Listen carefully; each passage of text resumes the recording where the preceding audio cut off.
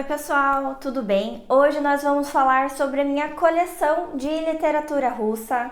A Lucena, que tem um canal aqui no YouTube, fez um vídeo recentemente, ela lançou ontem, eu acho, esse vídeo, falando sobre a coleção dela e eu fiquei pensando, gente, como que eu ainda não tinha feito um vídeo desse? Mas estou aqui para completar este gap, vou deixar aqui na descrição o vídeo da Lu para vocês conhecerem também a biblioteca dela de literatura russa. Eu vou confessar para vocês que eu fui gravar a thumb desse vídeo antes de começar o papo aqui com vocês e eu só consegui segurar uma pilha da minha coleção de literatura russa, o que eu fico muito feliz porque é uma literatura que eu amo muito, né? Tem um canto muito cativo no meu coração, mas bora lá, tem bastante coisa aqui pra gente falar. Vou tentar não fazer sinopse de tudo, absolutamente tudo, porque senão esse vídeo vai ficar com 1 hora. Eu sei que vocês não vão assistir. Mas antes eu quero contar aqui quantos livros ao todo eu tenho. Vamos lá. 1, 2, 3, 4, 5, 6, 7, 8, 9, 10, 11, 12, 13, 14, 15, 16, 17, 18, 19, 20, 21, 22, 23, 24, 25, 26, 27 livros que eu tenho de literatura russa. Caso você queira ampliar essa minha coleção aqui, você encontra no card de descrição do vídeo a minha wishlist da Amazon. Lá tem vários outros livros de literatura russa que eu quero e alguns outros também de outros estilos literários. Então fica aqui já a sugestão caso você queira contribuir para essa biblioteca, que eu não vou reclamar, gente. Um livro russo nunca é demais na nossa estante. Mas bora começar pelo livro mais óbvio, né, que eu preciso trazer para vocês.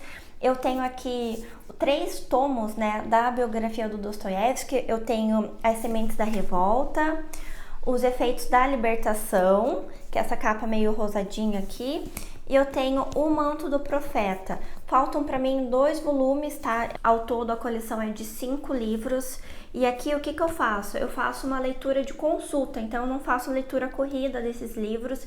Eu vou para a obra dele, né, para os seus livros, aí faço a leitura, depois eu venho para a biografia e vejo o que o biógrafo disse, o que estava acontecendo naquela época na vida dele, faço a leitura complementar e é uma delícia fazer isso, gente. Contribui muito para o meu conhecimento, ele vai completando alguns gaps da leitura que eu fiz e eu recomendo muito esse processo.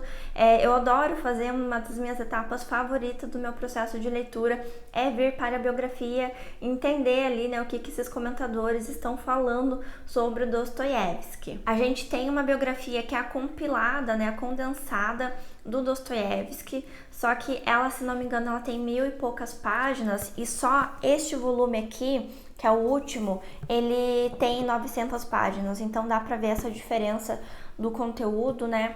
Não acho que perca significativamente, porque as principais informações vão estar na condensada, mas como eu quero ter contato com toda a obra do autor, eu achei que valia a pena investir nessa biografia aqui estendida dele, então fica a recomendação.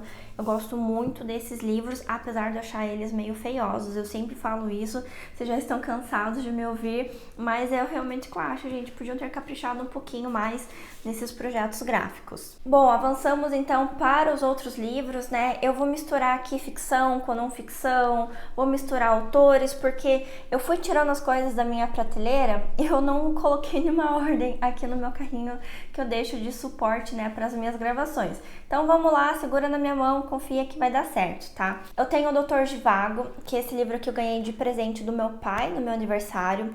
Eu ainda não fiz a leitura, e esse aqui é um livro um pouco mais moderno, né, da literatura russa. Ele foi publicado em 1957, ele vai falar de um outro momento histórico e político da Rússia, que me interessa bastante, mas que eu ainda não fiz essa leitura. Quem sabe aconteça ela aí em breve, mas não tenho nada de planejamento. O que eu tenho aqui também é o Clássicos do Conto Russo, essa versão pocket aqui, que tem diversos contos de diversos autores. Ele tem 2 contos por autor, então a gente vai ter Pushkin, o Gogol, o Turgenev, o Tolstói, o Leskov, o Chekhov, o Gorky, o Bunin, o Andreev, Bulgakov e Babel. Então, assim, bastante coisa. O pessoal do Clube Etos está lendo um conto ali por cada uma semana, 2 semanas mais ou menos.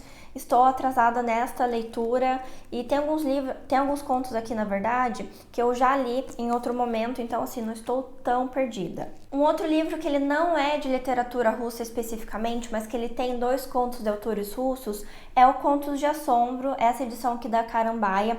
A gente vai ter texto do Turgenev e esse texto que tá aqui do Turgenev, ele tá também no Clássicos do Conto Russo. E a gente vai ter também um texto, deixa eu ver aqui, cadê o autor? Do Leonid Andreev. Esse aqui é o conto A Paz. Esse conto ele não está naquela outra coletânea de contos ali de clássicos russos, então eu deixo ele aqui, apesar dele não ser só de russos. Aqui a gente vai ter Virginia Woolf, o Hoffman, Pirandello, Stevenson, então diversos outros autores. E eu li, deixa eu ver, 70 páginas dele, não foi muito, dei uma abandonada, confesso. Voltamos então para Dostoiévski, tenho aqui comigo Os Irmãos Karamazov, esse livro aqui que é sua última obra publicada em vida e, gente, é um livro sensacional, é um livro que precisa de um pouco de fôlego porque ele é extenso, tem algumas passagens dele que é cansativa, mas vale muito a pena essa leitura. Aqui nós vamos acompanhar então essa família Karamazov, seu pai e seus 3 filhos. Aqui nós falamos de um parricídio, que é um tema amplamente estudado na psicanálise e é de onde o Freud tirou, né, toda a sua teoria. Ele se baseou nesse livro aqui para fazer o seu tratado psicológico sobre o parricídio e alguns temas também sobre o Édipo. Fica aqui a indicação desse livro. Eu sei que no clube de leitura da Bruni Livros vai ter leitura conjunta desse livro aqui. Então, se você está procurando um grupo para ler, né, porque às vezes a gente lendo em grupo ajuda muito, né, ter um pouco mais de adesão na leitura. E o Clube Etos também, que foi com quem eu li esse livro, eles já fizeram a leitura e tem como você comprar daí essa turma, né, de leitura avulsa. Fica então essas 2 indicações de caso você esteja se ensaiando para fazer essa leitura, são caminhos possíveis. Temos aqui O Pássaro de Fogo, que é uma coletânea de contos de fadas russos. Eu entrei em contato com esse livro por conta de gente pobre, que quando um personagem lá, o Makar, fala do pássaro de fogo, e eu fiquei curiosa, e a gente tem, né, um pouco dos livros do Dostoiévski principalmente, eu não vi tanto isso em outros autores, desse misticismo russo, desse povo do campo, que às vezes ainda, né, que acredita em coisas um pouco mais místicas, que faz parte do folclore. Então foi bem legal a leitura desse livro. Eu comentei no meu vídeo de lidos de janeiro, caso você ainda não tenha assistido, vou deixar também aqui no card de descrição, que esse livro aqui, eu gostei dele, mas eu senti um pouco da falta das origens dos contos, de falar um pouco mais sobre isso, de possibilidade de quem que escreveu, se é algo que foi transmitido de forma oral, enfim, um pouco mais desse contexto desses contos, mas vale bastante a leitura. Esse livro aqui eu ganhei do meu marido também no meu aniversário do ano passado, e foi, eu acho que a minha primeira leitura deste ano de 2024. Primeira aparição aqui de Tolstói, né, nessa lista aqui, eu tenho então O Padre Sérgio. Esse aqui é um livro que já vai falar de um outro momento da história do Tolstói, né, da sua produção literária. Eu ainda não li, preciso ler, eu estava folheando ele por sinal aqui, e ele tem 110 páginas, sendo que o livro em si, ele termina na página 90, então ele tem alguns textos aqui de apoio. Estou pensando em encaixar essa leitura, vou tirar ele da estante, vamos ver se vai funcionar. É aquele momento, né, gente? A gente começa a mexer na estante, começa a surgir uma leitura aqui, outra ali. Faz parte dessa piriguetagem literária que a gente acaba cedendo em alguns momentos. Chegamos então no primeiro russo lido por essa que vos fala. Eu comprei ele numa dessas promoções que estava tendo quando eu ainda não era imersa no mundo de literatura. Eu estava regressando, né, para as minhas leituras depois de faculdade, no meio de pandemia, estava voltando ao hábito de ler, que foi nada mais, nada menos do que Anna Karenina. Esse livro aqui, gente, foi um encontro da minha vida e eu sou muito grata para ele porque ele me levou a outros russos. E eu lembro que eu não parava de ler ele, eu acho que eu li em uma semana mais ou menos esse livro. Ele está completamente marcado, anotado. Eu acho que quando eu for reler esse livro eu vou precisar de uma outra edição, porque está impossível seguir do jeito que tá aqui, com tanto rabisco, com tanto marca-página, e tá tudo bem, faz parte desse processo. E eu amei muito essa história, muito mesmo. Eu acho que o fato dele ser aquele novelão ajuda a gente. E apesar de ser um livro grande, né, ele é muito fluido, é uma leitura gostosa. Você fica virando a página para saber a fofoca dessa família, que nada mais, nada menos que é uma traição que acontece, né, por parte da Anna Karenina, que carrega aqui o seu nome no livro. Mas a gente tem um outro núcleo também de relacionamento, que é o Living e a Kitty, que é o meu núcleo preferido. Eu sei que as pessoas têm diversas críticas ao Living, mas eu gosto muito desse personagem.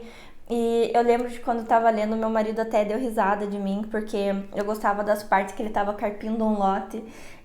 Mas eu gosto muito dessa visão da natureza que o Tolstói traz e como que ela pode ser catalisadora para algumas reflexões, e é algo que eu acredito muito, por isso que eu moro numa cidade pequena, mais próxima da natureza, com os barulhos aqui de ovelha, de ganso, de galinha, enfim. Óbvio que eu falo de um momento cultural, privilegiado, totalmente diferente, não estou querendo fazer relação, mas estou tentando sinalizar que eu entendo, e foi por isso também que me trouxe essa vontade de ir para aqueles contos de fada russos, para entender um pouco de como que esse misticismo, né, era encarado e quais eram essas crenças, né, de folclore da literatura russa e desse povo russo. Recomendo imensamente a leitura. Se você tem medo de calhamaço, eu acho que é uma ótima forma de investir nesse livro, porque ele realmente é uma leitura muito tranquila.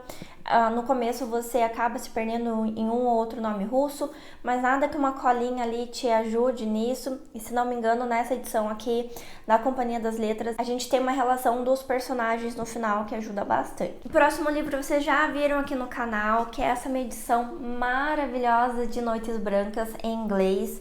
Gente, esse livro é tão lindo, eu tenho dó de pegar nele, de tão belo que ele é. Eu ganhei do meu marido na última viagem que a gente fez para São Paulo. A gente comprou lá na Martins Fontes, se eu não me engano, e ele tá aqui compondo o meu cenário. Na verdade não agora, né, porque ele está aqui nessa pilha, mas vou falar sobre esse livro um pouquinho mais pra frente na outra edição que eu tenho. Eu fiz a leitura então nessa edição da Penguin, de Noites Brancas. Esse é um livro que eu confesso que eu não super me apaixonei por ele, e eu tenho uma preferência de comprar os livros russos pela editora 34 na coleção Leste. Então me arrependi um pouquinho de comprar essa daqui, porque eu gosto dos textos de apoio da 34, são sempre coisas que vão contribuir bastante para a leitura. Então eu acho que esse é um dos fatos de não ter gostado tanto dessa edição. Mas a história ela é bem simples, né? A gente tem esse moço, esse rapaz, que andando ali pelas noites brancas de Petersburgo, encontra uma mulher, encontra uma moça, e ele vai passar, se eu não me engano, 3 noites conversando com ela e se apaixonando por ela nesse processo. E a gente tem o seu desdobramento, fica aí no ar se a gente vai ver eles ficando juntos, se não vai. Mas a gente tem resenha para esse livro aqui no canal. Vou deixar, na verdade, aqui na descrição uma playlist de todos os livros russos que a gente tem resenha aqui no canal. Tenho aqui mais um livro de contos, né, que são os últimos contos publicados do Chekhov, nessa edição lindíssima da Todavia. A Lu, no vídeo dela, comenta que ela é uma Todavia, e eu também sou, eu adoro as edições deles. Eu acho a experiência sensorial da capa deles muito gostosa e gosto do papel que eles utilizam. Ai, gente, maravilhosa. Essa edição aqui eu ganhei do meu pai também no meu aniversário do ano passado. Ainda não li este livro, tentei começar, mas, gente, tem muitos livros para ler, às vezes a gente não consegue dar conta de tudo, né? Mas é um livro muito bonito e espero que eu consiga ler ele em breve. Tenho também aqui as aulas de literatura russa da professora Aurora Bernardini.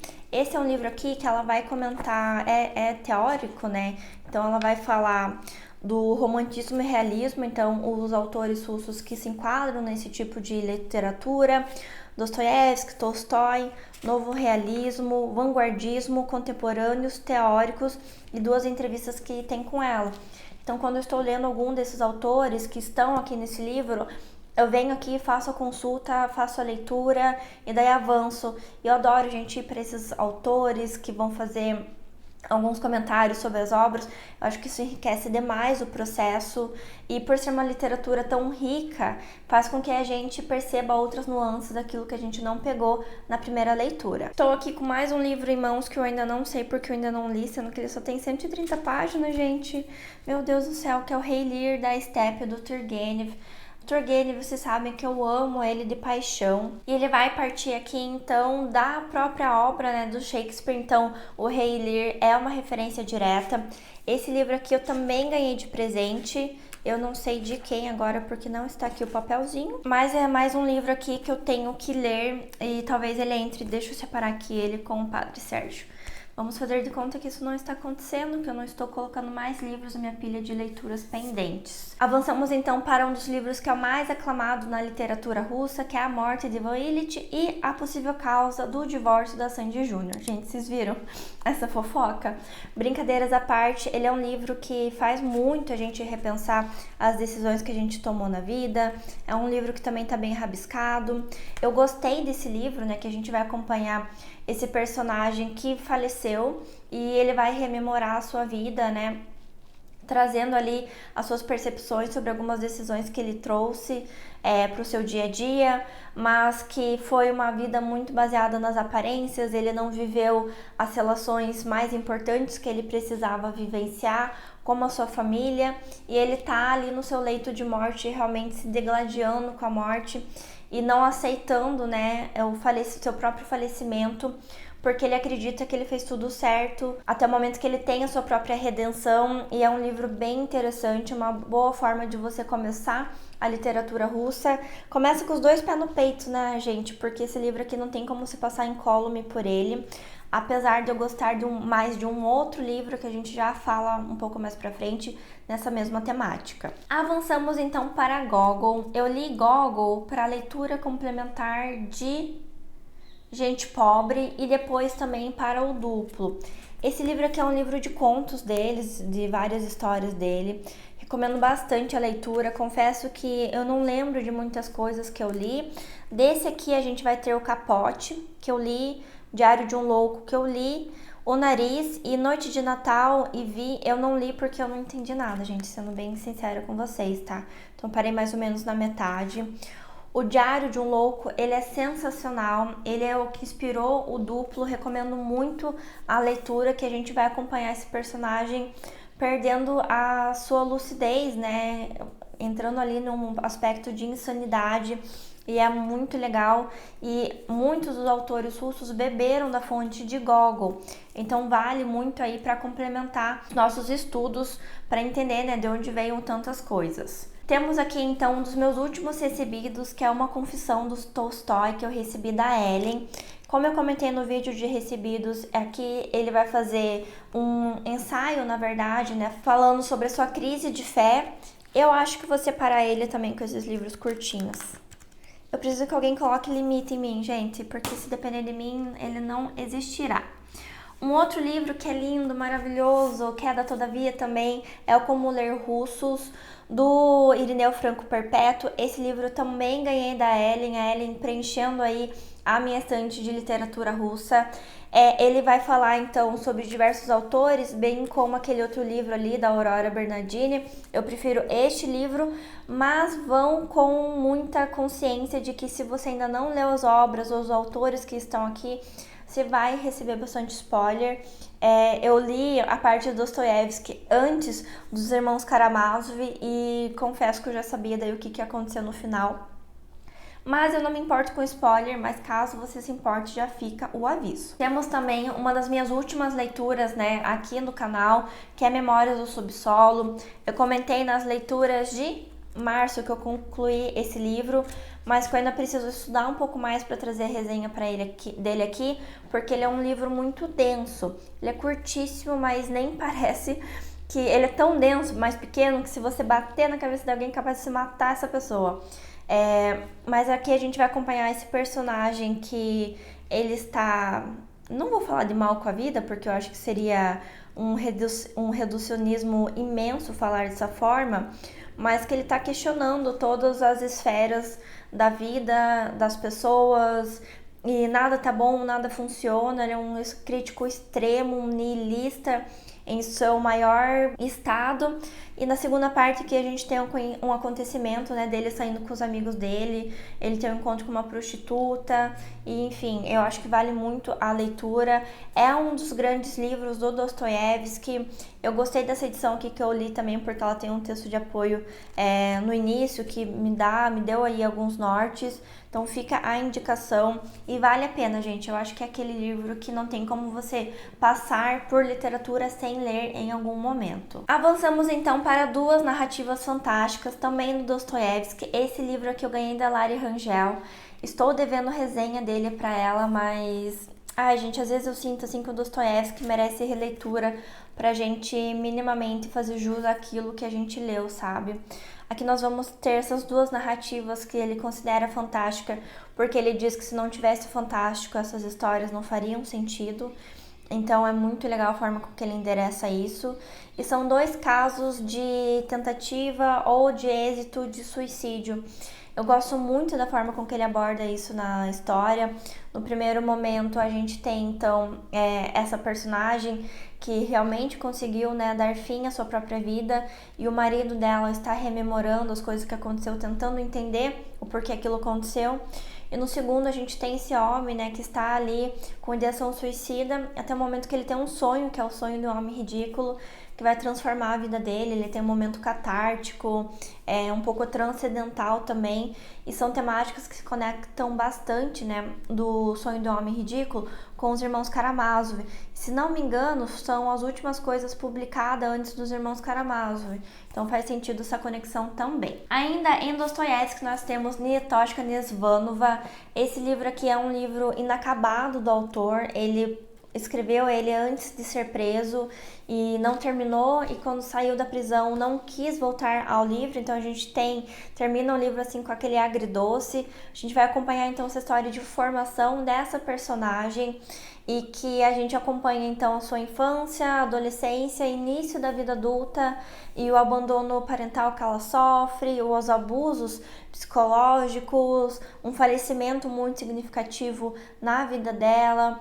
Ela é acolhida por uma outra família, então a gente tem aqui um dos personagens que eu considero mais detestáveis da literatura, que é o padrasto dela. Então assim, vale bastante a leitura, e é um dos livros mais organizados do Dostô, né, desse primeiro momento da sua obra literária. Eu gostei bastante dessa leitura. Só não gostei mais do que A Senhoria, também do Dostô, que esse livro aqui foi um surto para mim. Foi o meu primeiro contato com o homem supérfluo. Nós acompanhamos nesse livro a história do Ordinov, que está ali saindo de uma reclusão por conta de estudos. Ele sai dessa bolha, entra em contato com o mundo e logo dá de cara, né, com a personagem que vem a ser a sua senhoria no futuro, e com o seu acompanhante, que a gente demora a descobrir qual é a relação entre os dois, que é o Muren. Então a gente tem o Ordinov se infiltrando nessa relação dos dois, ocupando uma posição meio estranha ali, totalmente obcecado pela senhoria, e a gente tem um final aqui que eu acho que faz bastante sentido. Esse foi uma das minhas melhores leituras de 2023, e é um livro que poderia reler, né? Ele também é curtinho. Ai, gente, a perigatagem literária é muito difícil, mas tudo bem. Antes disso, eu li O Duplo, né, também do Dostô. Esse livro aqui, ele foi muito angustiante para mim. Ele me causou realmente sensações físicas e emocionais de angústia, de ansiedade, porque a gente entra aqui na mente de um homem que ele está perdendo sua sanidade também, né? Como eu comentei, esse livro foi inspirado em Diário de um Louco, e aqui a gente encontra o duplo realmente, né? O personagem principal um dia se depara com o seu duplo, que é uma versão de si mesmo, começa a bagunçar toda a sua vida. Então é uma leitura muito interessante. Na época eu li também O Médico e o Monstro como leitura complementar para esse livro, que faz bastante sentido.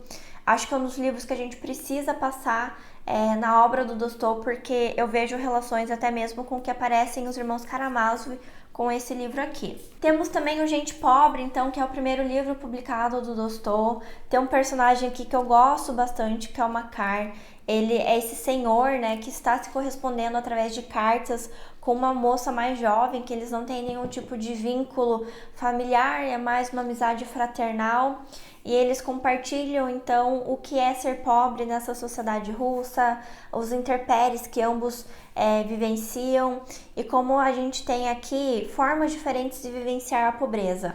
De um lado a gente tem um homem velho mais empregado e é um homem, de outro lado a gente tem uma mulher que é jovem, desempregada, que sua única salvação seria através de um trabalho digno ou através de um casamento. Então a gente vê essas diferentes formas de vivenciar a pobreza, eu acho que é bem bacana. Estamos quase terminando, gente. Temos também Almas Mortas, do Gogol. Esse é um livro inacabado dele. Eu também ganhei de presente esse livro do meu marido. E, gente, é um livro bem interessante. Eu não consegui concluir a leitura porque eu estava com muita coisa em andamento. Fui só até a página 60.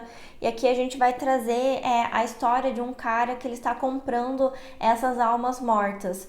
São as almas de pessoas que faleceram de fato, mas que os seus donos continuam recebendo por elas. Eu achei um pouco cômico o livro na hora que eu estava lendo.